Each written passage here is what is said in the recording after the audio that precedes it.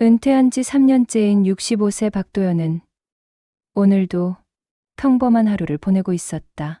아침 일찍 일어나 작은 베란다 텃밭에 물을 주고 뉴스를 보며 아침을 먹는 것이 그녀의 일상이었다. 남편을 먼저 떠나보낸 후 혼자 지내는 시간이 길어졌지만 가끔씩 아들 대신 손녀를 돌봐주는 일이 그녀에게는 큰 기쁨이었다. 오후 2시쯤 예상치 못한 전화가 걸려왔다. 이모님, 갑자기 병원에서 응급 상황이 생겨서 나가야 해요. 조카 며느리 유진의 목소리는 평소보다 급하고 떨리는 듯했다. 세린이 혼자 있어서요. 죄송하지만 한두 시간만 봐주실 수 있나요? 도연은 망설이지 않았다. 물론이지. 금방 갈게. 전화를 끊고 서둘러 외출 준비를 했다. 가방에 세린이 좋아하는 사탕을 몇 개 챙기고 함께 읽을 동화책도 가져갔다. 조카 현순의 집까지는 지하철로 30분 정도 걸렸다. 아파트 단지에 들어서자 익숙한 풍경이 눈에 들어왔다. 놀이터에서 뛰어노는 아이들, 벤치에 앉아 이야기하는 어른들의 모습이 평화로웠다. 엘리베이터를 타고 15층에 올라가 초인종을 눌렀다. 누구세요? 안에서 세린의 목소리가 들렸다. 할머니야. 문이 열리자 8세인 세린이 도연을 보며 환하게 웃었다. 하지만 그 웃음은 금세 사라졌다. 아이는 주위를 살피더니 재빨리 도연의 손을 잡아 끌었다. 할머니. 세린의 목소리는 평소와 달리 작고 떨리고 있었다. 도연은 아이의 얼굴을 자세히 들여다봤다. 큰 눈동자에 두려움이 어려 있었고 작은 입술이 파르르 떨리고 있었다. 왜 그래? 우리 세린이? 도연이 무릎을 굽혀 아이와 눈높이를 맞췄다. 세린은 잠시 망설이더니 도연의 귀에 바짝 다가섰다. 할머니, 제발 오늘은 집에 있지 말고 빨리 가세요. 그 말에 도연은 순간 숨이 막혔다. 아이의 목소리에는 장난기가 전혀 없었다. 진짜 무서워하는 목소리였다. 무슨 일이니? 왜 그런 말을 하는 거야? 도연이 부드럽게 물었지만 세린은 고개만 흔들었다. 그냥 빨리 가세요. 위험해요. 아이의 작은 손이 도연의 팔을 꼭 붙잡았다. 손바닥이 차갑고 축축했다. 도연은 가슴이 답답해지기 시작했다. 평소 밝고 활발했던 세린의 모습과는 완전히 달랐다. 세린아, 할머니한테 무슨 일인지 말해봐. 무서운 일이 있었니? 세린은 잠시 머뭇거리더니 작게 고개를 끄덕였다. 아빠가 이상해졌어요. 아빠가 어떻게 이상해졌다는 거야? 밤에 무서운 사람들이 와요. 그리고 아빠가 그 사람들이랑 싸워요. 아이의 말에 도연은 더욱 혼란스러워졌다.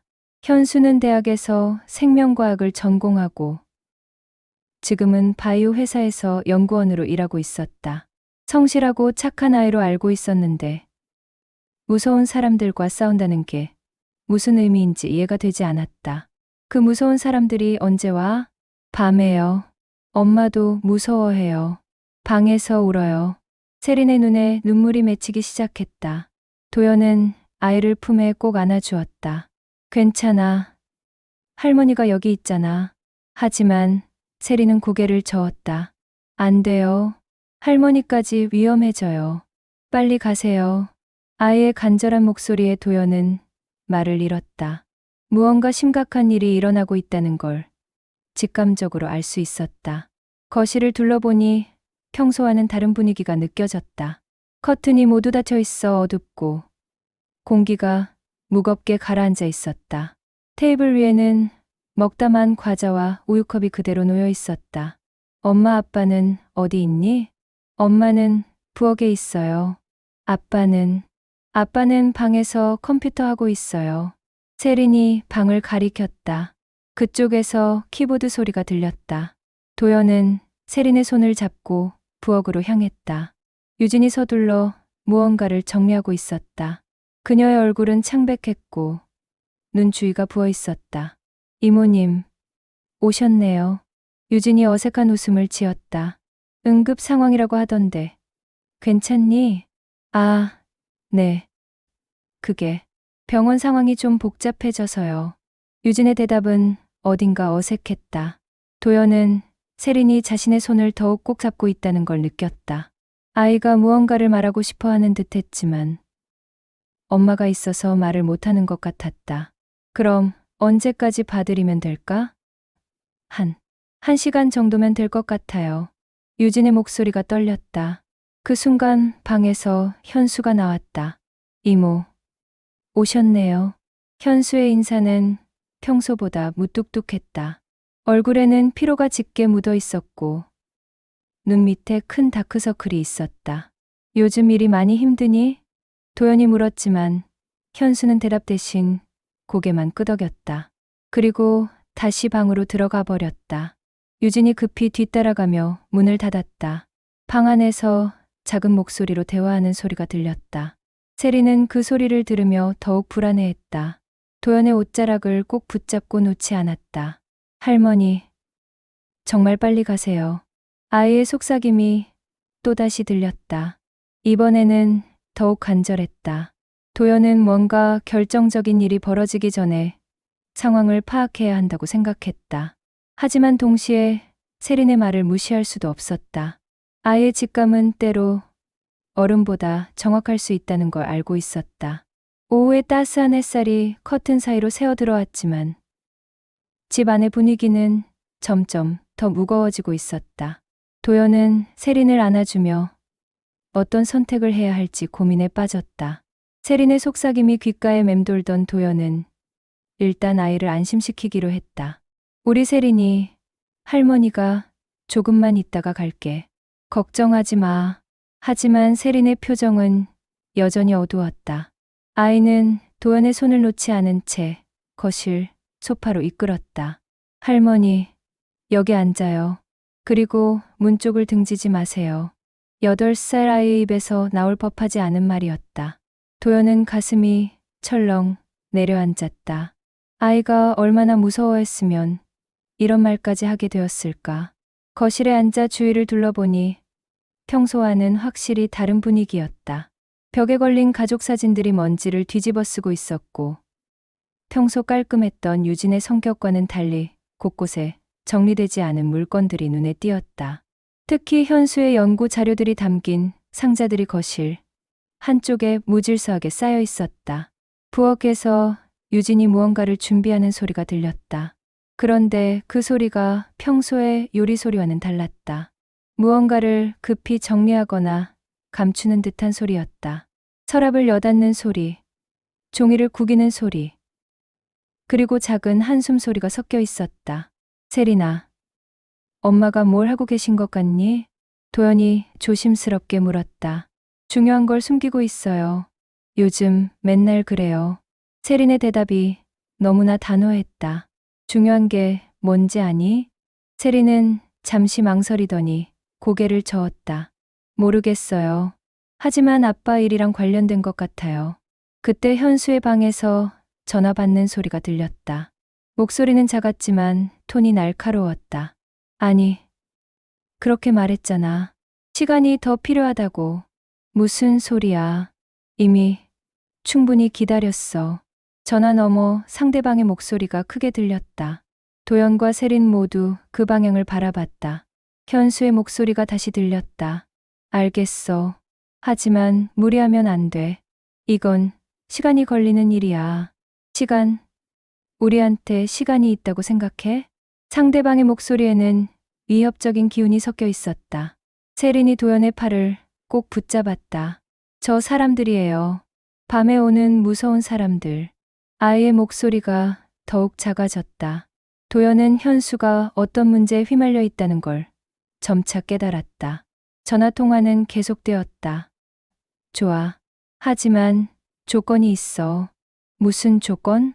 가족들은 건드리지 마. 특히 아이는. 그 말에 도연은 소름이 돋았다. 현수가 가족의 안전을 걱정하고 있다는 뜻이었다. 그건 내가 일을 제대로 해야 가능한 일이지. 알겠어. 하지만 시간을 좀 더 줘. 내일까지야.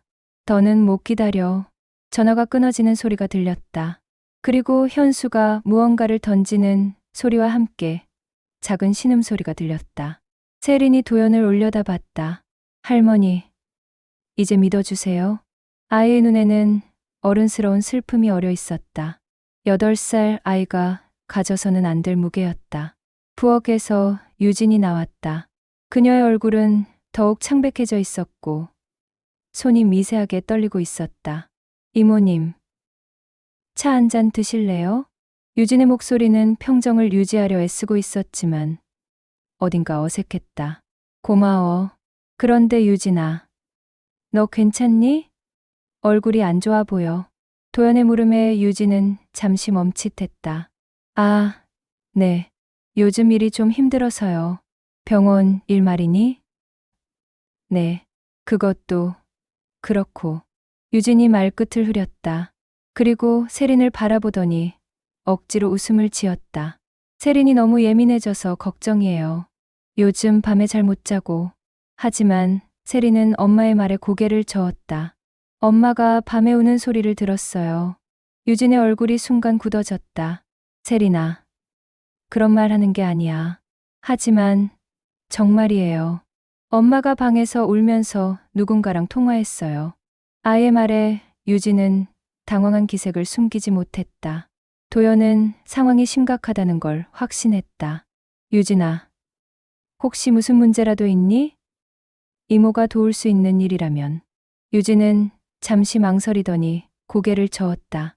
아니에요. 별일 아니에요. 하지만 그녀의 눈에는 눈물이 맺혀 있었다. 그때 현수가 방에서 나왔다. 그의 얼굴은 더욱 어두워져 있었고 어깨가 축 처져 있었다. 이모, 죄송해요. 좀 급한 일이 생겨서. 현수는 말을 하다가 세린을 바라봤다. 아이는 아빠를 보자마자 몸을 움츠렸다. 세린아, 방에 가서 놀고 있어. 현수의 목소리에는 평소의 다정함이 없었다. 싫어요. 할머니랑 있을래요. 세린이 도연의 팔을 더욱 꼭 붙잡았다. 현수는 잠시 아이를 바라보더니 한숨을 쉬었다. 유진아, 저녁 준비됐니? 아직. 좀 더 시간이 필요해요. 서둘러. 이따가 또 전화 올 수도 있어. 현수의 말에 유진이 고개를 끄덕이며 부엌으로 향했다. 도연은 현수의 표정을 자세히 살펴봤다. 평소 침착했던 조카의 모습과는 완전히 달랐다. 눈이 충혈되어 있었고 입술을 계속 깨물고 있었다. 손가락으로는 무의식적으로 책상을 두드리고 있었다. 현수야, 무슨 일이니? 이모한테 말해봐. 도연이 조심스럽게 다가갔다. 현수는 잠시 도연을 바라보더니 고개를 저었다. 괜찮아요. 그냥 연구 쪽에서 좀 복잡한 일이 생겼어요. 연구가 뭐가 그렇게 복잡해? 이모는 모르실 거예요. 전문적인 일이라서. 현수의 대답은 냉정했다. 평소라면 자세히 설명해주곤 했는데 오늘은 완전히 다른 사람 같았다. 세린이 도연의 귀에 다시 속삭였다. 할머니, 아빠가 거짓말하고 있어요. 아이의 말에 도연은 더욱 혼란스러워졌다. 현수는 노트북을 다시 켜더니 무언가를 타이핑하기 시작했다. 화면을 도연이 볼 수 없도록 각도를 조정했다. 키보드를 두드리는 소리가 평소보다 급하고 거칠었다. 가끔씩 현수가 작은 신음소리를 냈다. 스트레스를 받고 있다는 게 분명했다. 부엌에서 유진이 설거지하는 소리가 들렸다. 하지만 그 소리도 평소와는 달랐다. 그릇이 부딪히는 소리가 평소보다 크고 거칠었다. 실수로 뭔가를 떨어뜨리는 소리도 몇 번 들렸다. 저 사람들이 또 올까요? 세린이 작은 목소리로 물었다. 누가 온다는 거야? 도연이 물었지만 세린은 현수를 의식하며 입을 다물었다. 현수는 타이핑을 멈추고 세린을 바라봤다. 세린아, 아빠가 뭐라고 했지? 아이는 아무 대답을 하지 않았다. 대신 도연의 뒤로 숨었다. 현수의 표정이 더욱 어두워졌다. 세린아, 아빠 말 안 들을 거야? 현수의 목소리에 평소에 없던 날카로움이 섞여 있었다. 도연은 상황이 점점 악화되고 있다는 걸 느꼈다. 가족 간에 이런 긴장감이 흐르는 게 정상이 아니었다. 현수야, 세린이가 무서워하잖아. 도연이 중재하려 했지만 현수는 고개만 저었다. 이모는 모르실 거예요. 요즘 세린이가 얼마나 말을 안 듣는지. 하지만 도연이 보기에 세린은 평소와 다를 바 없는 착한 아이였다. 오히려 평소보다 더 조심스럽고 얌전했다. 문제는 어른들에게 있어 보였다. 오후 4시가 넘어가면서 집 안의 분위기는 더욱 무거워졌다. 현수는 계속 노트북 앞에 앉아 있었고 유진은 부엌에서 나오지 않았다. 세린만이 도연 곁에서 떨어지지 않았다. 도연은 결정을 내려야 할 시간이 다가오고 있음을 느꼈다. 오후 5시가 되자 유진이 부엌에서 나와 저녁 준비가 거의 끝났다고 말했다. 하지만 그녀의 얼굴은 여전히 창백했고 손이 계속 떨리고 있었다. 이모님, 저녁 같이 드시고 가세요. 유진의 제안에 도연은 잠시 망설였다. 세린의 경고가 계속 머릿속을 맴돌았지만 이 상황을 그냥 두고 갈 수는 없었다. 그래, 고마워. 도연이 고개를 끄덕이자 세린의 얼굴이 어두워졌다. 아이는 도연의 소매를 잡아당기며 작은 목소리로 속삭였다. 할머니, 정말 안 돼요. 하지만 도연은 세린의 머리를 쓰다듬으며 안심시켰다. 괜찮아. 할머니가 지켜줄게. 식탁이 차려지는 동안 세린은 거실 한쪽에 앉아 그림을 그리기 시작했다. 평소 그림 그리기를 좋아하는 아이였지만 오늘은 평소와 다른 집중력을 보였다. 크레용을 손에 쥐고 종이에 무언가를 열심히 그리고 있었다. 도연은 아이 곁에 앉아 그림을 지켜봤다. 처음에는 평범한 가족 그림인 것 같았다. 4명의 사람이 손을 잡고 서 있는 모습이었다. 하지만 자세히 보니 뭔가 이상했다. 우리 세린이 가족 그림을 그리는 거니? 도연이 부드럽게 물었다. 세린은 고개를 끄덕이며 계속 그림을 그었다. 할머니, 엄마, 아빠, 그리고 나예요. 아이가 각 인물을 가리키며 설명했다. 하지만 그림을 자세히 들여다본 도연은 깜짝 놀랐다. 할머니로 그려진 인물은 환하게 웃고 있었고 세린 자신도 밝은 표정이었다. 하지만 아빠로 그려진 인물의 얼굴은 회색 크레용으로 칠해져 있었다. 그리고 엄마로 그려진 인물의 눈에서는 파란색 선이 흘러내리고 있었다. 세린아, 왜 아빠 얼굴을 회색으로 칠했니? 도연의 질문에 세린은 잠시 그림을 내려다봤다. 아빠가 요즘 무서워 보여요. 얼굴이 어두워졌어요. 아이의 대답에 도연은 가슴이 아팠다. 8살 아이가 아빠의 변화를 이렇게 표현하다니. 그럼 엄마 눈에서 나오는 이건 뭐니? 눈물이요. 엄마가 맨날 울어요. 세린의 목소리는 담담했지만 그 속에는 아이가 감당하기 어려운 슬픔이 묻어 있었다. 도연은 아이를 안아주고 싶었지만 먼저 그림을 더 자세히 살펴봤다. 가족 4명이 서 있는 배경에는 검은색으로 그려진 그림자 같은 것들이 있었다. 이 검은 건 뭐니? 무서운 사람들이요. 밤에 오는 사람들. 세린이 검은색 크레용으로 그림자를 더 진하게 칠했다. 그 사람들이 몇 명이나 와? 3명이요. 큰 아저씨 2명이랑 작은 아저씨 1명. 아이의 답변이 너무나 구체적이어서 도연은 소름이 돋았다. 세린이 실제로 그 사람들을 본 것이었다. 언제 봤니? 어젯밤에요. 그리고 그저께 밤에도요. 그 사람들이 뭘 했는데? 세린은 잠시 망설이더니 작은 목소리로 대답했다. 아빠한테 화내고 있었어요. 그리고 아빠가 뭔가 주겠다고 했어요. 도연은 점점 상황의 심각성을 깨달았다. 현수가 단순한 연구 문제가 아닌 훨씬 위험한 일에 연루되어 있는 것 같았다. 세린아, 그 이야기를 엄마 아빠한테 했니? 세린은 고개를 저었다. 엄마가 더 무서워할까 봐요. 그리고 아빠는 요즘 화만 내요. 아이의 말에 도연은 마음이 아팠다. 평소 다정했던 현수가 스트레스 때문에 아이에게까지 예민하게 굴고 있는 것 같았다. 그때 부엌에서 유진의 목소리가 들렸다. 저녁 준비됐어요. 하지만 그 목소리에는 평소의 활기가 없었다. 현수도 노트북을 닫고 식탁으로 향했다. 그의 얼굴은 더욱 어두워져 있었고 어깨가 축 처져 있었다. 가족 4명이 식탁에 둘러앉았지만 분위기는 무겁기만 했다. 유진이 준비한 저녁은 평소처럼 정성스러웠지만 아무도 제대로 먹지 못했다. 현수는 계속 휴대폰을 확인했고 유진은 음식을 입에 넣었다가 뱉기를 반복했다. 세리는 도연의 옆에 바짝 붙어 앉아 밥알을 하나씩 천천히 먹고 있었다. 요즘 연구가 많이 힘드니? 도연이 조심스럽게 현수에게 물었다.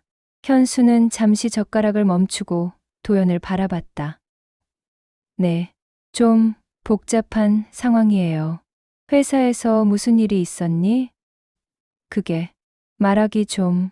현수가 말을 망설이자 유진이 끼어들었다. 회사 사정이 좋지 않아서 연구가 중단될 수도 있대요. 하지만 도연은 그것만으로는 이 집안의 무거운 분위기를 설명할 수 없다고 생각했다. 중단되면 어떻게 되는 거니? 연구, 데이터를 다른 곳으로 옮겨야 할 수도 있어요. 현수의 대답이었지만 그 말에는 뭔가 숨겨진 의미가 있는 것 같았다. 세린이 갑자기 젓가락을 떨어뜨렸다. 아이의 얼굴이 창백해져 있었다. 세린아, 괜찮니? 유진이 걱정스럽게 물었다. 배가 아파요. 세린이 작은 목소리로 말했다. 하지만 도연은 아이가 진짜 배가 아픈 게 아니라 스트레스 때문이라는 걸 알 수 있었다. 그럼 방에 가서 쉬어야겠다. 유진이 세린을 데리고 방으로 향했다. 도연과 현수만 식탁에 남게 되었다. 현수는 한동안 아무 말 없이 밥을 먹었다. 그러다가 갑자기 젓가락을 내려놓았다. 이모, 죄송해요. 뭐가 죄송하니? 세린이가 이상한 말 했을 텐데. 요즘 아이가 예민해져서. 현수의 말에 도연은 고개를 저었다. 아니야. 세린이는 평상시와 다를 바 없어 보여. 하지만 이상한 상상을 많이 해요. 무서운 사람들이 온다거나. 현수가 말하다가 멈췄다. 자신이 너무 많은 걸 말했다는 걸 깨달은 듯했다. 그런 사람들이 정말 오는 거니? 도연의 직접적인 질문에 현수는 당황했다. 아니요. 그럴 리가요. 하지만 그의 목소리는 확신에 차 있지 않았다. 현수야, 이모한테 솔직히 말해봐. 무슨 일이 일어나고 있는 거니? 도연의 간절한 목소리에 현수는 잠시 망설였다. 그리고 주위를 살피더니 작은 목소리로 말했다. 이모, 정말 아무것도 모르는 게 나을 수도 있어요. 그 말에 도연은 더욱 불안해졌다. 현수가 정말로 심각한 문제에 휘말려 있다는 확신이 들었다. 세린의 방에서 유진과 아이의 작은 대화 소리가 들렸다. 엄마, 할머니는 언제 가실까요? 왜? 할머니가 있으면 좋잖아. 하지만 위험해요. 할머니까지 다칠 수 있어요. 세린의 목소리였다. 8살 아이의 입에서 나올 말이 아니었다. 현수도 그 대화를 들었는지 얼굴이 더욱 어두워졌다. 이모, 오늘은 일찍 가시는 게 좋을 것 같아요. 현수의 말에 도연은 세린의 경고가 맞았다는 걸 깨달았다. 정말로 이 집에 무언가 위험한 일이 일어날 수 있었다. 하지만 동시에 이 가족을 혼자 두고 갈 수도 없었다. 특히 세린을 두고 갈 수는 없었다. 아이가 얼마나 무서워하는지 너무나 잘 알 수 있었다. 오후 6시가 넘어가면서 집 밖이 어두워지기 시작했다. 현수는 자꾸 창문 쪽을 바라봤고 유진은 세린을 방에서 나오지 못하게 하고 있었다. 도연은 중요한 결정을 내려야 할 시간이 다가오고 있음을 느꼈다. 세린의 그림이 탁자 위에 그대로 놓여 있었다. 회색 얼굴의 아빠, 눈물 흘리는 엄마, 그리고 검은 그림자들. 모든 게 아이의 순수한 눈으로 본 진실이었다. 저녁 식사가 끝난 후 현수는 다시 노트북 앞에 앉았고 유진은 설거지를 하러 부엌으로 향했다. 도연은 세린과 함께 거실에 남아 있었다. 아이는 여전히 도연의 곁에서 떨어지지 않았다. 할머니, 정말 집에 가세요. 세린이 다시 한번 간절하게 속삭였다. 이번에는 그 목소리에 더욱 절박함이 묻어 있었다. 왜 그렇게 걱정하니? 할머니한테 무슨 일이 생긴다는 거야? 도연이 아이의 손을 잡으며 물었다. 세리는 잠시 망설이더니 가방 속에서 작은 종이를 꺼냈다. 접혀진 종이를 펼치자 아이의 어설픈 글씨로 뭔가가 적혀 있었다. 아빠가 나쁜 사람들하고 몰래 만나고 있어요. 첫 번째 줄을 읽은 도연은 깜짝 놀랐다. 아이가 이런 글을 언제 썼을까? 두 번째 줄에는 더 충격적인 내용이 적혀 있었다. 엄마도 무서워해요. 밤에 울어요. 세 번째 줄에는 도연을 더욱 불안하게 만드는 말이 있었다. 할머니도 위험해요. 빨리 도망가세요. 도연은 종이를 든 손이 떨리는 것을 느꼈다. 8살 아이가 이런 글을 쓸 정도라면 상황이 정말 심각한 것이었다. 세리나, 이걸 언제 썼니? 오늘 낮에요. 할머니가 오시기 전에요. 그럼 할머니가 오는 걸 미리 알고 있었구나? 세리는 고개를 끄덕였다. 엄마가 전화하는 걸 들었어요. 그래서 할머니가 위험할 것 같아서 썼어요. 아이의 말에 도연은 더욱 혼란스러워졌다. 유진이 자신을 부른 게 정말 응급 상황 때문이었을까? 아니면 다른 이유가 있었을까? 세리나, 엄마가 전화할 때 뭐라고 했는지 기억나니? 세리는 잠시 생각하더니 작은 목소리로 대답했다. 도연 이모님한테 전화해서 세린이 봐달라고 하라고 했어요. 누가 그렇게 하라고 했다는 거야? 아빠요. 아빠가 엄마한테 시켰어요. 도연은 점점 상황을 이해하기 시작했다. 현수가 유진에게 자신을 부르라고 시켰다는 것이었다. 그렇다면 응급 상황이라는 건 거짓말이었고 다른 목적이 있었던 것이다. 아빠가 왜 할머니를 부르라고 했을까? 모르겠어요. 하지만 무서운 사람들이랑 관련된 것 같아요. 세린의 대답에 도연은 소름이 돋았다. 혹시 현수가 자신을 이용하려는 계획이 있는 것은 아닐까? 그때 현수의 방에서 다시 전화 받는 소리가 들렸다. 이번에는 목소리가 더욱 조심스러웠다. 네. 왔어요. 지금 여기 있어요. 잠시 침묵이 흘렀다. 아니요. 아직 모르는 것 같아요. 다시 침묵. 알겠습니다. 그렇게 하겠어요. 전화가 끊어지는 소리가 들렸다. 세린이 도연의 팔을 꼭 붙잡았다. 할머니, 저 전화가 무서운 사람들이에요. 아이의 목소리가 더욱 작아졌다. 도연은 현수가 자신에 대해 이야기하고 있었다는 걸 직감했다. 지금 여기 있다는 말이 자신을 가리키는 것 같았다. 아직 모르는 것 같다는 것도 자신이 상황을 파악하지 못했다는 의미인 것 같았다. 그렇다면 현수가 정말로 자신을 어떤 계획에 이용하려는 것일까?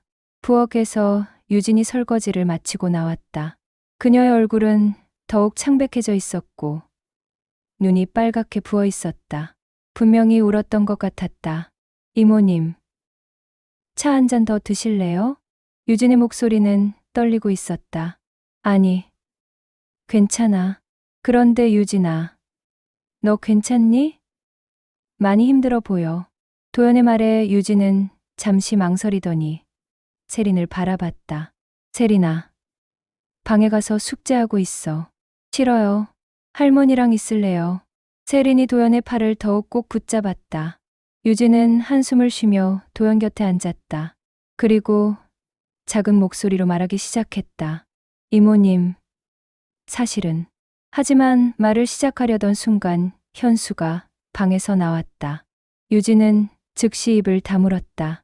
뭘 이야기하고 있어? 현수의 목소리에는 경계심이 묻어 있었다. 아무것도 아니에요. 유진이 고개를 저었다. 현수는 도연을 바라보더니 억지로 웃음을 지었다.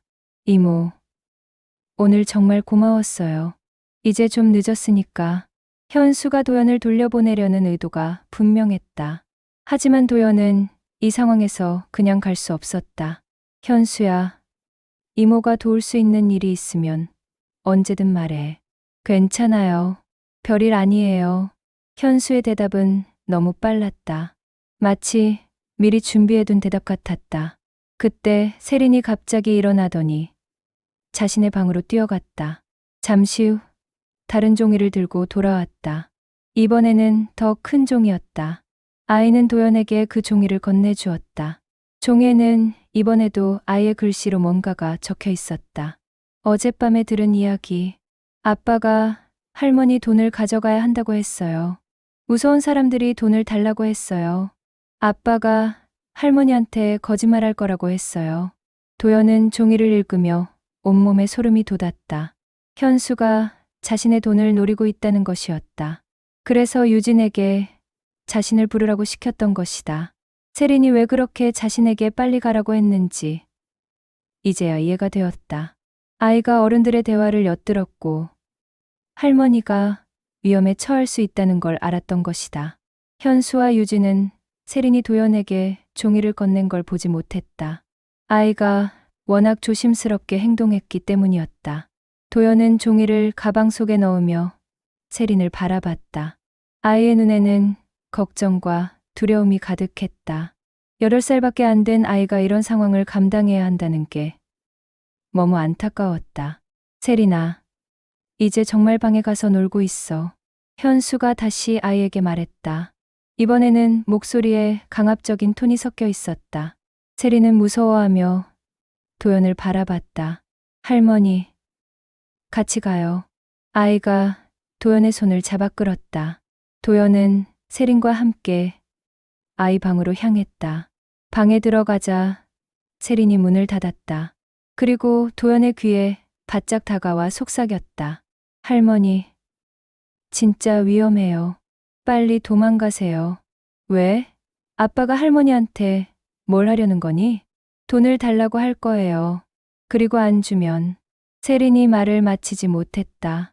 하지만 도연은 아이가 무엇을 말하려는지 알 수 있었다. 현수가 돈을 얻기 위해 자신을 위협할 수도 있다는 것이었다. 그 무서운 사람들이 언제 올까? 보통 밤 9시쯤 와요. 세린의 대답에 도연은 시계를 확인했다. 지금이 오후 7시였다. 2시간 정도의 시간이 남아 있었다. 세린아, 할머니가 경찰에 신고하면 어떨까? 아이는 잠시 생각하더니 고개를 저었다. 아빠가 더 화낼 것 같아요. 그리고 엄마도 다칠 수 있어요. 세린의 걱정이 일리가 있었다. 섣불리 행동했다가 상황이 더 악화될 수 있었다. 그때 방 밖에서 현수와 유진이 대화하는 소리가 들렸다. 목소리는 작았지만 긴장감이 느껴졌다. 시간이 얼마 남지 않았어. 이모님은 어떻게 할 거야? 설득해봐야지. 다른 방법이 없어. 만약 안 들어주시면? 잠시 침묵이 흘렀다. 그럼 어쩔 수 없지. 현수의 마지막 말에 도연은 등골이 오싹해졌다. 정말로 자신에게 해를 가할 수도 있다는 의미였다. 세린이 도연의 손을 더욱 꼭 잡았다. 할머니, 제발 빨리 가세요. 늦으면 안 돼요. 아이의 간절한 목소리에 도연은 마음을 정했다. 더 이상 이 위험한 상황에 머물 수는 없었다. 하지만 세린을 두고 갈 수는 없었다. 세린아, 할머니랑 같이 갈래?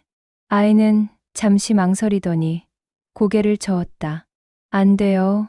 엄마가 혼자 있으면 더 위험해요. 세린의 말에 도연은 더욱 복잡해졌다.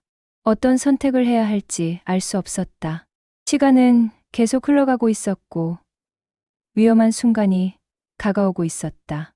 오후 8시가 되자 집 안의 분위기는 더욱 무거워졌다. 현수는 거실을 왔다 갔다 하며 초조해했고 유진은 부엌에서 계속 무언가를 정리하고 있었다. 도연은 세린과 함께 아이 방에서 나와 거실로 향했다. 더 이상 상황을 방관할 수 없었다. 현수야, 이모하고 잠깐 이야기 좀 하자. 도연의 말에 현수는 잠시 멈칫했다. 무슨 이야기요? 내가 무슨 일에 휘말려 있는지 알고 싶어. 현수의 얼굴이 굳어졌다. 별일 아니라고 했잖아요.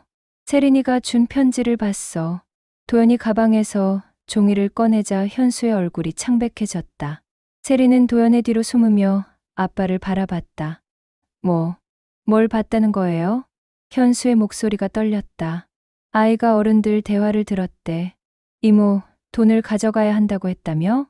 도연의 직접적인 질문에 현수는 말을 잃었다. 그때 부엌에서 유진이 급히 나왔다. 그녀의 얼굴에는 놀라움과 두려움이 동시에 어려 있었다. 이모님, 그게, 유진아, 너도 알고 있었구나. 도연의 말에 유진은 눈물을 흘리기 시작했다. 죄송해요, 이모님. 정말 죄송해요. 유진이 무릎을 꿇으며 울기 시작했다. 현수는 유진을 일으키며 도연을 바라봤다. 이모, 설명할게요. 하지만 좀 복잡한 사정이 있어요. 복잡한 사정이 뭔데? 내 돈을 가져가려고 거짓말로 날 불렀다는 거잖아. 도연의 목소리에는 분노가 섞여 있었다. 현수는 잠시 망설이더니 깊은 한숨을 쉬었다. 이모, 저 큰일 났어요. 무슨 큰일? 회사에서 연구하던 신약 개발 프로젝트가 무산됐어요. 현수가 털어놓기 시작했다.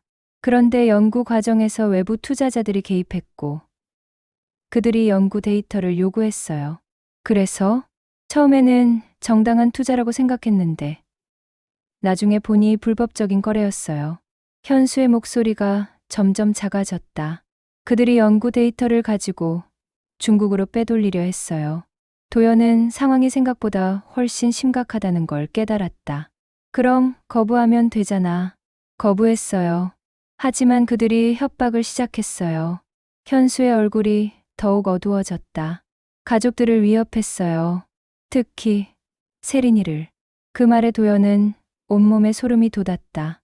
8살 아이를 위협했다니. 그래서 어떻게 된 거니? 그들이 요구한 건 연구, 데이터와 보상금이었어요. 보상금이 얼마나 되는데? 현수는 잠시 망설이더니 작은 목소리로 대답했다. 5억 원이요. 도연은 깜짝 놀랐다. 그 큰 돈을 어떻게 마련하려고 했을까? 그래서 내 돈을 노린 거구나. 이모님의 전 재산이 그 정도 될 거라고 생각했어요. 현수의 솔직한 대답에 도연은 말을 잃었다. 자신의 조카가 이런 계획을 세웠다는 게 믿기지 않았다. 그럼 계획이 뭐였는데? 나한테 돈을 달라고 하려고 했니? 처음에는 빌려달라고 하려고 했어요. 처음에는. 그럼 지금은? 현수가 대답하지 않자 유진이 떨리는 목소리로 말했다. 그 사람들이 오늘 밤에 와요. 돈을 가져오지 않으면. 유진이 말을 마치지 못하고 울음을 터뜨렸다. 뭘 하겠다는 거야? 도연의 질문에 현수가 고개를 숙였다. 가족들을 해치겠다고 했어요. 그 순간 세린이 도연의 뒤에서 마와 아빠를 바라봤다. 아빠, 할머니는 나쁜 일 없이 집에 가셔야 해요. 8살 아이의 말이 어른들의 가슴을 찔렀다. 현수는 딸을 바라보며 눈물을 흘렸다. 세린아, 아빠가 미안해. 아빠가 나쁜 사람들한테 굴복하면 안 돼요. 세린의 말에 현수는 더욱 울음을 터뜨렸다. 8살 아이가 상황을 이렇게 정확히 파악하고 있다는 게 충격적이었다. 그때 도연의 휴대폰이 울렸다. 모르는 번호였다. 받지 마세요. 현수가 급히 말했다. 그 사람들일 수도 있어요. 하지만 도연은 전화를 받았다. 여보세요? 박도연 씨죠? 낮고 위협적인 남자 목소리였다. 누구세요? 현수 씨의 사정을 아시죠? 도연은 온몸이 긴장됐다. 정말로 그 사람들이었다. 무슨 말씀이신지 모르겠는데요. 모르시는 척하지 마세요. 지금 현수 씨 집에 계시잖아요. 상대방이 자신의 위치를 알고 있다는 게 더욱 무서웠다. 뭘 원하세요? 간단해요. 돈만 있으면 돼요. 얼마를 말씀하시는 거죠? 5억. 현수 씨한테 들으셨을 거예요. 도연은 현수와 유진을 바라봤다. 두 사람 모두 공포에 질린 표정이었다. 그 돈을 제가 왜 줘야 하죠? 현수 씨 가족의 안전을 위해서요. 상대방의 말에는 명백한 위협이 담겨 있었다. 시간이 얼마나 있나요? 1시간. 9시까지 준비하세요. 만약 준비하지 못하면? 잠시 침묵이 흘렀다. 그럼 가족들이 다칠 수도 있어요. 특히 귀여운 손녀가. 그 말에 도연은 분노가 치밀어 올랐다. 8살 아이를 위협하는 인간들이었다. 알겠어요. 도연이 전화를 끊자 현수가 다가왔다. 이모, 정말 죄송해요. 죄송하다고 해결될 일이니? 도연의 차가운 목소리에 현수는 더욱 고개를 숙였다. 그 사람들 진짜 위험해요. 실제로 사람을 해친 적도 있어요. 유진이 떨리는 목소리로 말했다. 뉴스에도 나온 적이 있어요. 연구, 자료 빼돌리다가 걸린 연구원이 실종됐다고. 그 말에 도연은 상황의 심각성을 다시 한번 깨달았다. 정말로 위험한 사람들이었다. 그럼 경찰에 신고하면 되잖아. 안 돼요. 그들이 먼저 눈치채면 더 위험해져요. 현수가 급히 말했다. 그리고 제가 불법 거래에 관여했다는 증거도 있어요. 도연은 점점 복잡해지는 상황에 머리가 아팠다. 하지만 포기할 수는 없었다. 특히 세린을 위해서라도. 그럼 어떻게 해야 하는데? 도연의 질문에 현수는 절망적인 표정을 지었다. 돈을 주는 것 말고는 방법이 없을 것 같아요. 5억을 어떻게 구해? 나도 그런 큰 돈은 없어. 이모님 집을 담보로 대출을 받으면. 현수의 말에 도연은 황당했다. 너 지금 내 집까지 담보로 잡으라는 거니? 다른 방법이 없어요. 시간도 없고. 그때 세린이 어른들 사이로 들어왔다. 할머니, 우리 다 같이 도망가요. 아이의 제안에 어른들은 잠시 말을 잃었다. 8살 아이가 가장 현실적인 해결책을 제시한 것이었다. 하지만 그것도 쉬운 일이 아니었다. 그 사람들이 어디까지 추적할지 알 수 없었기 때문이다. 시계를 보니 8시 40분이었다. 20분 정도의 시간이 남아 있었다. 도연은 중요한 결정을 내려야 할 시간이 가까웠음을 느꼈다. 시계 바늘이 8시 45분을 가리키고 있었다. 15분. 도연은 마음속으로 시간을 세어보며 깊은 고민에 빠졌다. 5억 원이라는 거액, 위험한 사람들, 그리고 세린의 안전. 모든 것이 그녀의 어깨 위에 올려진 무거운 짐처럼 느껴졌다. 이모님, 정말 죄송해요. 현수가 다시 한번 고개를 숙였다. 죄송하다고 해서 해결될 일이 아니잖아. 도연의 목소리는 차갑지만 동시에 슬펐다. 자신이 믿고 사랑했던 조카가 이런 선택을 했다는 것이 무엇보다 가슴 아팠다. 그럼 이모는 어떻게 하실 거예요? 유진이 눈물을 닦으며 물었다. 도연은 잠시 세린을 바라봤다. 아이는 여전히 자신의 곁에 서서 걱정스러운 눈으로 어른들을 바라보고 있었다. 8살밖에 안 된 아이가 이런 상황을 겪어야 한다는 것이 가장 견디기 어려웠다. 세린아, 할머니한테 와봐. 도연이 아이를 불러 무릎을 꿇고 눈높이를 맞췄다. 우리 세린이가 가장 용감한 아이구나. 할머니, 우리 다 같이 도망가요. 지금, 당장. 세린이 다시 한번 같은 제안을 했다. 어디로 도망가지? 멀리요. 비행기 타고 할머니, 고향으로 가요. 아이의 순수한 제안에 도연은 쓴 미소를 지었다. 그렇게 간단한 문제가 아니라는 걸 아이는 모르고 있었다. 세린아, 그 사람들은 어디까지든 따라올 거야. 현수가 딸에게 말했다. 그럼 경찰 아저씨들한테 도움을 요청해요. 세린이 다시 제안했다. 아빠가 나쁜 일에 연루되어 있어서 경찰에게 신고하기 복잡해. 도연이 아이에게 설명했다. 세린은 잠시 생각하더니 고개를 끄덕였다. 그럼 할머니가 결정하세요. 할머니가 가장 똑똑하니까. 아이의 말에 도연은 가슴이 먹먹해졌다. 이런 상황에서도 자신을 믿어주는 세린이 고마우면서도 미안했다. 그때 현수의 휴대폰이 울렸다. 화면에는 알 수 없는 번호라고 표시되어 있었다. 받아야 할 것 같아요. 현수가 떨리는 손으로 전화를 받았다. 여보세요? 준비는 다 됐나?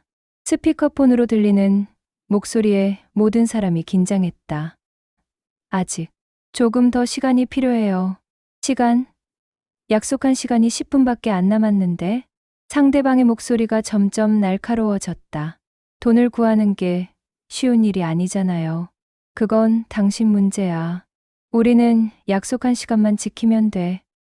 제발 조금만 더 기다려주세요. 현수의 간청하는 목소리가 집 안에 울렸다. 안 돼. 시간은 끝났어. 우리가 직접 가서 해결하겠어. 뭘 하겠다는 거예요? 직접 와보면 알게 될 거야. 전화가 끊어졌다. 현수는 휴대폰을 들고 있는 손이 심하게 떨렸다. 그들이 오고 있어요. 유진이 공포에 질린 목소리로 말했다. 얼마나 걸릴까요? 도연이 물었다. 보통 30분 정도요. 그들이 있는 곳에서 여기까지. 현수의 대답에 도연은 시간을 계산해 봤다. 9시 30분경에 도착할 것이었다. 아직 45분 정도의 시간이 있었다. 현수야, 솔직히 말해봐. 정말 다른 방법은 없니? 도연이 마지막으로 물었다. 현수는 잠시 망설이더니 고개를 저었다. 연구, 데이터를 넘겨주는 방법도 있지만, 그럼, 그렇게 해. 그럼 저는 배신자가 되는 거예요. 회사에서도, 국가에서도. 현수의 말에 도연은 상황의 복잡함을 다시 깨달았다. 돈을 주는 것도, 데이터를 주는 것도 모두 문제가 있었다. 그럼 정말 도망가는 수밖에 없겠네. 도연이 중얼거렸다. 이모님이 도망가시면 우리는 어떻게 되는 거예요? 유진이 물었다. 너희도 같이 가야지. 하지만 그들이 계속 쫓아올 텐데요. 그래도 여기 있는 것보다는 나아. 도연의 말에 현수와 유진은 서로를 바라봤다. 이모님 말씀이 맞아요. 유진이 먼저 동의했다. 여기 있어봤자 당할 뿐이에요. 현수도 고개를 끄덕였다. 그럼 지금 당장 짐을 싸야겠네. 도연이 일어서자 세린이 기뻐했다. 정말 도망가는 거예요? 응. 우리 모두 함께. 도연의 대답에 세린은 환하게 웃었다. 이 상황에서도 웃을 수 있는 아이의 순수함이 고마웠다. 필요한 것만 빨리 챙겨. 도연이 지시했다. 돈이랑 중요한 서류. 그리고 며칠치 옷까지만. 유진과 현수는 급히 방으로 향했다. 세린은 자신의 가방에 가장 소중한 인형과 그림 도구를 넣었다. 할머니, 우리 어디로 갈 거예요? 세린이 짐을 싸며 물었다. 일단 서울을 벗어나자. 그 다음은 그때 생각해보고. 도연도 가방에 필요한 물건들을 넣었다. 신분증, 통장, 약간의 현금. 그리고 세린이 준 편지들. 10분 후. 4명은 모두 짐을 챙기고 거실에 모였다. 차는 어떻게 하죠? 현수가 물었다. 내 차로 가자. 그들이 너희 차는 알고 있을 테니까. 도연의 제안에 모두 동의했다. 그럼 지하 주차장으로 가요. 유진이 말했다. 기다려. 도연이 갑자기 멈췄다. 뭐가 문제예요? 혹시 그들이 이미 아래서 지키고 있을 수도 있어. 도연의 말에 모두 긴장했다. 그럼 어떻게 하죠? 일단 확인해보자. 현수가 창문으로 다가가 아래를 내려다봤다. 평상시와 다를 바 없는 것 같은데요. 그래도 조심해야 해. 도연이 말했다. 혹시 모르니까 계단으로 내려가자. 15층에서 계단으로요? 유진이 걱정스럽게 물었다. 다른 방법이 있어? 도연의 말에 모두 고개를 끄덕였다. 세린이는 괜찮겠니? 네. 할머니, 저 씩씩해요. 세린이 용기 있게 대답했다. 현수가 문을 조심스럽게 열고 복도를 확인했다. 아무도 없어요. 4명은 조용히 집을 나섰다. 엘리베이터 대신 비상계단으로 향했다. 계단은 어둡고 좁았지만 지금 상황에서는 가장 안전한 길이었다. 천천히, 소리 나지 않게. 도연이 작은 목소리로 지시했다. 세린은 도연의 손을 꼭 잡고 계단을 내려갔다. 5층을 내려갈 때쯤 아래에서 발소리가 들렸다. 4명은 즉시 멈춰서서 숨을 죽였다. 발소리는 점점 가까워지고 있었다. 누군가 계단을 올라오고 있었다. 숨어야 해. 현수가 속삭였다. 하지만 숨을 곳이 마땅치 않았다. 발소리는 점점 더 가까워졌다. 그리고 마침내 그 정체가 드러났다. 검은 옷을 입은 2명의 남자가 계단을 올라오고 있었다. 그들 중 한 명이 휴대폰으로 통화하고 있었다. 15층 1502호 맞지? 알겠어. 지금 올라가고 있어. 도연은 온몸에 소름이 돋았다. 그들이 바로 현수를 협박하던 사람들이었다. 그리고 지금 이 집으로 올라오고 있었다. 검은 옷을 입은 두 남자의 발소리가 점점 가까워졌다. 도연은 재빨리 세린을 자신의 뒤로 숨기고 현수와 유진에게 더 위층으로 올라가라는 손짓을 했다. 하지만 이미 늦었다. 그중 한 명이 그들을 발견했다. 저기 사람들이 있네. 남자가 동료에게 말했다. 혹시 1502호 사람들 아니야? 다른 남자가 휴대폰 손전등을 켜서 그들을 비췄다. 현수의 얼굴이 환하게 드러났다. 맞다. 현수 씨잖아. 두 남자가 빠르게 계단을 올라왔다. 어디 가려고 했나? 그들 중 키 큰 남자가 위협적인 목소리로 물었다. 그냥 산책하러. 현수가 떨리는 목소리로 거짓말했다. 산책, 짐까지 들고? 작은 남자가 비웃었다. 도망가려고 했구나. 도연은 세린의 손을 더욱 꼭 잡았다. 아이는 두려워하면서도 할머니 뒤에서 용감하게 서 있었다. 돈은 준비했나? 키 큰 남자가 현수에게 물었다. 아직. 시간이 더 필요해요. 시간? 이미 약속 시간이 지났어. 제발, 하루만 더 주세요. 현수가 무릎을 꿇으며 애원했다. 하지만 두 남자는 전혀 동정심을 보이지 않았다. 약속은 약속이야. 돈이 없으면 다른 방법으로 받아야지. 키 큰 남자가 도연을 바라봤다. 할머니, 손자 사랑하시죠? 그 말에 도연은 온몸에 소름이 돋았다. 세린을 위협하고 있는 것이었다. 아이는 건드리지 마세요. 도연이 세린을 더욱 꼭 안으며 말했다. 그럼 돈을 내놓으세요. 작은 남자가 도연에게 손을 내밀었다. 5억 원을 지금 당장 어떻게 구해요? 그건 당신들 문제예요. 우리는 돈만 받으면 돼요. 키 큰 남자가 냉정하게 말했다. 그때 세린이 도연의 뒤에서 나왔다. 아저씨들, 우리 할머니는 나쁜 사람이 아니에요. 8살 아이의 용감한 목소리였다. 세린아, 뒤로 가 있어. 도연이 아이를 다시 자신의 뒤로 숨기려 했지만 세린은 움직이지 않았다. 아저씨들이 우리 아빠한테 나쁜 일 시키는 거 맞죠? 세린의 직접적인 질문에 두 남자는 당황했다. 이 아이가 뭘 안다고. 저는 다 들었어요. 아빠가 나쁜 일 하기 싫어한다는 것도요. 세린이 당당하게 말했다. 그리고 할머니 돈을 뺏으려는 것도 나쁜 일이에요. 아이의 말에 키 큰 남자가 화를 냈다. 이 꼬마가 감히. 그가 세린에게 손을 뻗으려는 순간이었다. 도연이 재빨리 자신의 휴대폰을 꺼내 112를 눌렀다. 지금 경찰에 신고하고 있어요. 도연의 말에 두 남자가 당황했다. 전화 끊어. 키 큰 남자가 도연의 휴대폰을 빼앗으려 했다. 하지만 도연은 이미 통화 버튼을 눌렀다. 여보세요? 경찰서죠? 지금 아파트 계단에서 협박을 당하고 있어요. 할머니, 세린이 도연을 응원했다. 경찰에 신고했다는 사실에 두 남자는 급히 서로를 바라봤다.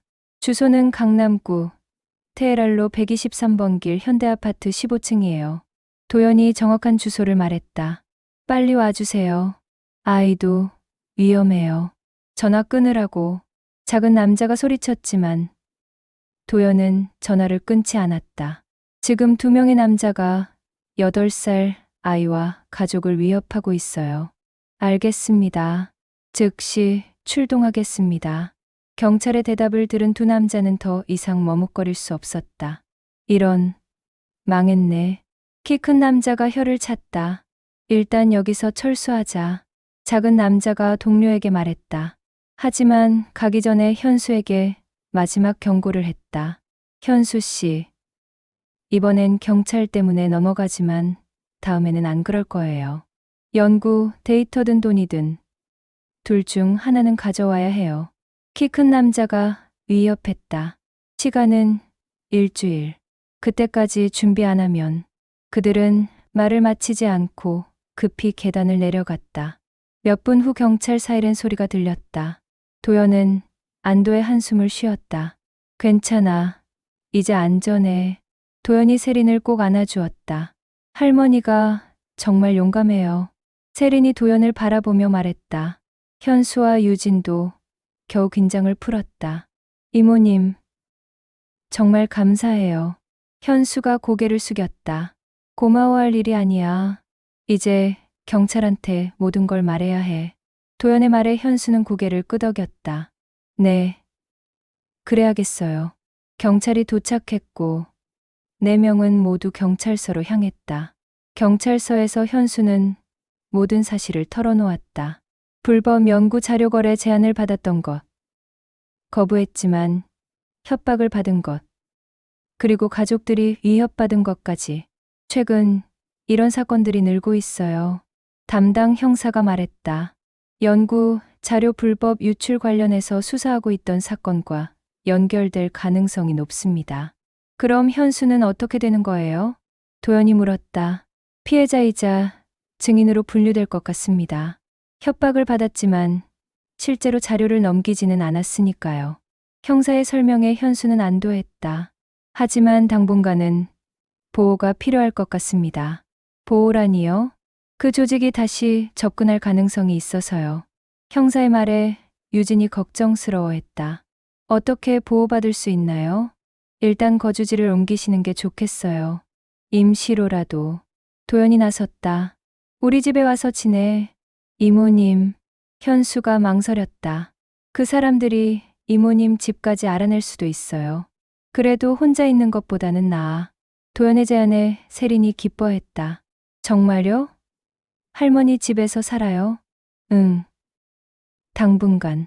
도연이 세린의 머리를 쓰다듬었다. 며칠 후. 조직의 주요 인물들이 검거되었다는 소식이 들려왔다. 현수의 증언이 결정적인 역할을 했다. 이제 안전해진 것 같아요. 형사가 전화로 알려주었다. 그래도 조심하시는 게 좋겠어요. 도연의 작은 집에서 4명이 함께 지내는 며칠은 특별했다. 현수는 그동안의 스트레스에서 벗어나 다시 예전의 다정한 모습을 찾았다. 유진도 웃음을 되찾았고 세린은 할머니와 함께 있어서 행복해했다. 이모님, 정말 죄송했어요. 어느 날 저녁 현수가 도연에게 진심으로 사과했다. 그리고 고마워요. 이모님 덕분에 우리 가족이 안전해졌어요. 가족이니까 당연한 거야. 도연의 대답에 현수는 눈물을 흘렸다. 하지만 이모님한테 피해를 주려고 했는데 그건 내가 정말 절망적이었기 때문이잖아. 이해해. 도연의 너그러운 마음에 현수는 더욱 감동했다. 세린이 도연 곁에 앉았다.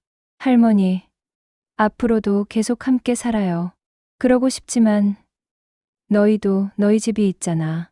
하지만 할머니가 혼자 계시면 외로우실 것 같아요.